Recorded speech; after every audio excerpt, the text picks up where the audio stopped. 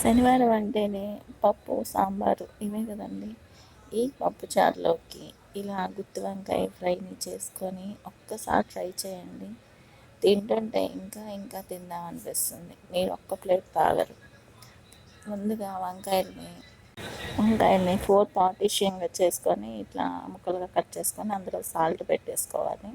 పెట్టేసుకున్నాక ఈ వంకాయల్ని లైట్గా ఆయిల్, ఎక్కువ కూడా అవసరం లేదండి, లైట్గా ఆయిల్ వేసుకొని ఒక 5-6 స్పూన్స్ వేసుకొని వంకాయలు మొత్తం వేసేయకుండా సగం వంకాయలు వేసుకొని మీడియం ఫ్లేమ్లో ఫ్రై చేసుకుంటూ ఉండండి. అటు ఇటు కలుపుతూ వంకాయలు మాడిపోకుండా చూసుకొని కలుపుతూ ఫ్రై చేయండి.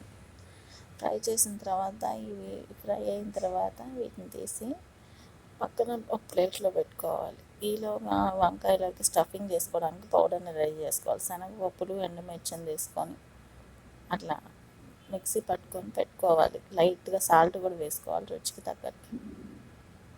వేసుకున్న తర్వాత వంకాయలన్నీ ఫ్రై అయిపోయినాయి. ఈలోగా వీటిని తీసి పక్కన పెట్టేసుకొని మళ్ళీ మిగతా సగం ఉన్నాయి కదా, ఆ సగం కూడా ఫ్రై చేసుకొని అలా అన్నిటిని కూడా పక్కన పెట్టేసుకున్నాక ఆయిల్ అంతా కూడా ఇంకా అంత అవసరం ఉండదు మనకి. తీసిన ఆయిల్ అంతా కూడా పక్కన పెట్టేసుకోవాలి, ప్యాన్లో ఉన్న ఆయిల్ అంతా.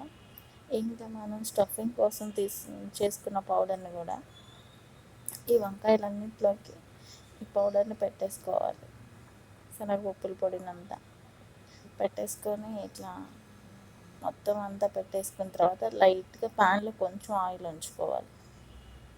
ఒక 2 స్పూన్స్ ఆయిల్ ఉంచుకొని ఈ పౌడర్ కొంచెం ఫ్రై అయ్యేదాకా ఒక 2 మినిట్స్ అట్లా ఫ్రై చేసుకొని లైట్గా నేను సాల్ట్ వేసుకుంటున్నాను.